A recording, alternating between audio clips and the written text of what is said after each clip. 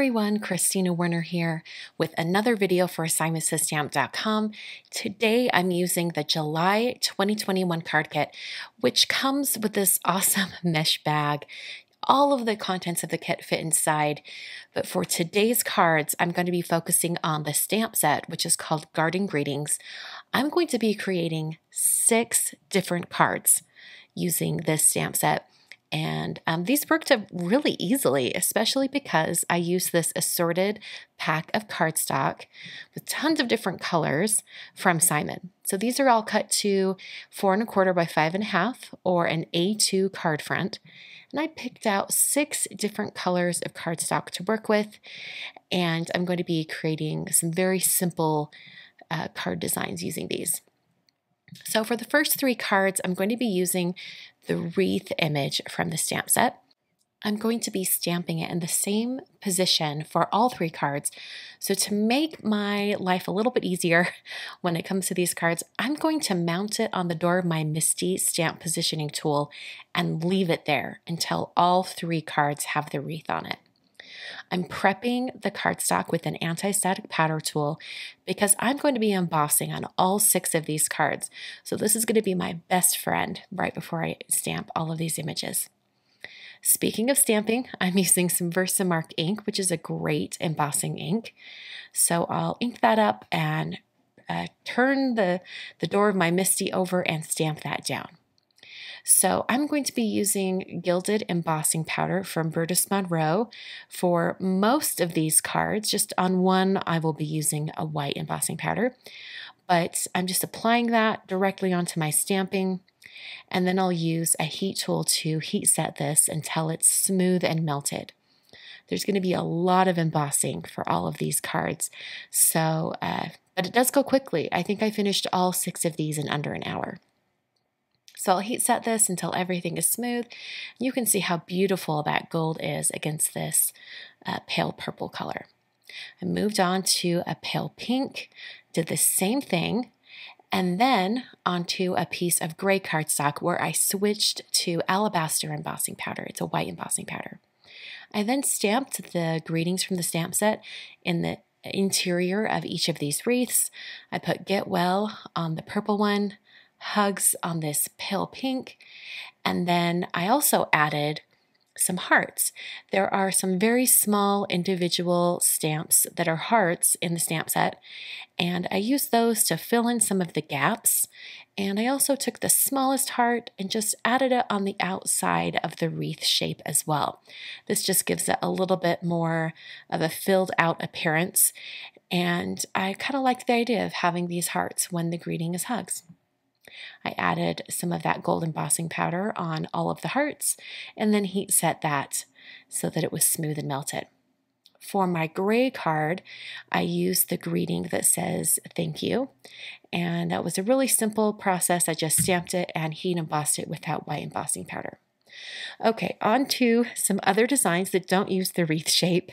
I'm using this beautiful Audrey blue color of cardstock, and I'm using sort of this kind of, it's a spray of these leaves for this one. And I wanted it to create kind of a circular shape. So I needed to stamp that spray upside down, just rotated. And I wanted it to be in the perfect position, but I didn't want to run the risk of any residual ink being on the stamp still when I was kind of moving it around and getting it in the right position.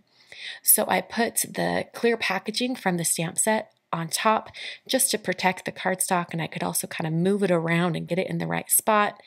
And then I was able to position that spray of leaves in the perfect spot. So you can do a similar effect using a grid transparency sheet from Simon. I'll try to remember to link that down below. But if you're in a pinch and you don't have that, I couldn't find mine in this case, you can use your stamp packaging or anything that's clear that stamp will stick to. So I applied my gold embossing powder, and then I'm going to put my greeting right in the center area. And the greeting I chose for this card is Happy Birthday. So I stamped that in Versamark ink apply the embossing powder, and then heat set that. So that's all the stamping for my 4th card. Moving on to my 5th card, I'm going to do something a little bit different. I've moved my cardstock to the top left corner of my MISTI. I've positioned all of my stamps. There's this long kind of border stamp in the stamp set. So it's being stamped running off the bottom edge of the card design. And then I've got 2 greeting stamps off to the side. I prepped that with an anti-static powder tool and then stamped all 3 stamp images using Versamark ink and applied some gilded embossing powder, once again from Brutus Monroe, and then heat set that until it was smooth and melted. This is a really different design in comparison to the other ones, which are have a definite circular or radiant, radiating look. For this 5th card, I did the same thing that I did for one of the previous designs. Actually, this is the 6th card. But now I'm going to stamp and add a bunch of imagery from the stamp set to fill out all of those corners. So I've taken that long border stamp and I put it on an acrylic block. I'm not using my MISTI for this because I'm going to be moving it around quite a bit and it's going to hang off the edge of the card front. So I thought it would just be easier to do this with the traditional stamping block. Stamping a few of these sections at a time before I apply embossing powder. I'm doing that in stages so that I don't accidentally brush off any of the unmelted powder before I can get to it.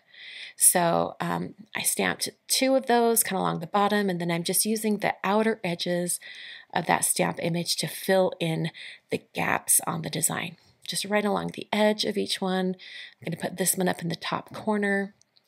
I just want to fill out all of these areas and nestle the leaves in with each other. I'm using the very top corner of the border stamp for this section. And then for this last empty corner, I'm going to be using an even bigger section of the stamp and have it kind of just go right across that top corner. It is going to leave a little bit of a gap, but there are some smaller stamps included in the stamp set. There's those hearts that I used earlier, and there's also a couple flowers, so you can fill in the gaps where you need to. So I'm taking one of the flowers, a larger flower, and I'm going to stamp that right in that gap. And then I'm going to take a couple of different sizes of hearts. I think this is the medium heart and then the small heart. And I'm just filling in some of those areas that look a little bit empty. So it's going to fill out this whole entire pattern and make it look like one seamless pattern. I think it looks really, really neat. And it's very dramatic in gold embossing powder over this this kind of tealish colored cardstock. Okay, so now I'm going to do a bunch of blending. You could definitely leave these cards as is. I think they look sophisticated and elegant with just the embossing. But I'm going to use some blender brushes from Honeybee and some inks from Simon to really make these dramatic. I'm using soft navy ink on this first one, and I'm going to start right in the center and just get a little bit of that color right behind the words. Now, because I used embossing powder, and once it's melted, it's smooth, it kind of has a slick surface, it will resist any ink that's put on over top. So as I add this ink to the cardstock around it, none of it will be applied to the embossing powder. I've switched to hydrangea ink, and I'm just adding that purple color around the outer edge to get a nice kind of fade out to the original cardstock color. So there's the first design with purple and blue added. Now I'm going to go on to the pink one. I'm going to add Schoolhouse Red ink. This is very dramatic. I think this would be perfect and beautiful with a Valentine's Day card as well. I think pink and red and gold go really well together for Valentine's Day. But in this case, I'm going to add some purple and a little bit of that soft navy and get a really cool effect. Of all of the cards that I'm doing today, this is the one that has the most overall blending because I'm bringing colors in different sections. I brought the red in over the greeting. I'm bringing in this soft navy up at the top just to have a little more drama and darkness in some different sections. And I'm bringing red up into that top corner as well.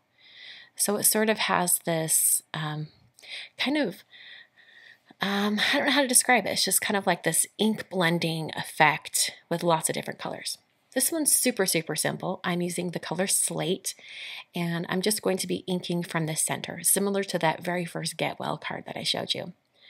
And just adding that darker color makes it a little bit easier to read even, and more dramatic. For this one, I'm going to be using 3 different colors. I'm using dull pink. I'm blending that in one corner of the wreath, if a wreath does have a corner. And then I'm switching to Hot Mama, and I'm going to bring that into another section, kind of more near the top of the card. And it's going to add more of a red, violet, purple shade over that area of the wreath. And then I'm going to switch to Schoolhouse Red, and I'm going to put this in that last section that doesn't have any color on top. And like I said before, this Schoolhouse Red is very dramatic over pink cardstock. I think it looks absolutely beautiful with the other colors I've chosen. So there's the pink card. I'm going to move on to the Happy Birthday card. I'm going to be using the color Teal from Simon, and I've blended that out from the center. And after I added that, I still wasn't quite sure it was dark enough in the center, so I grabbed Soft Navy, I've used it a few times today, and used that color just in the center over the Happy Birthday area.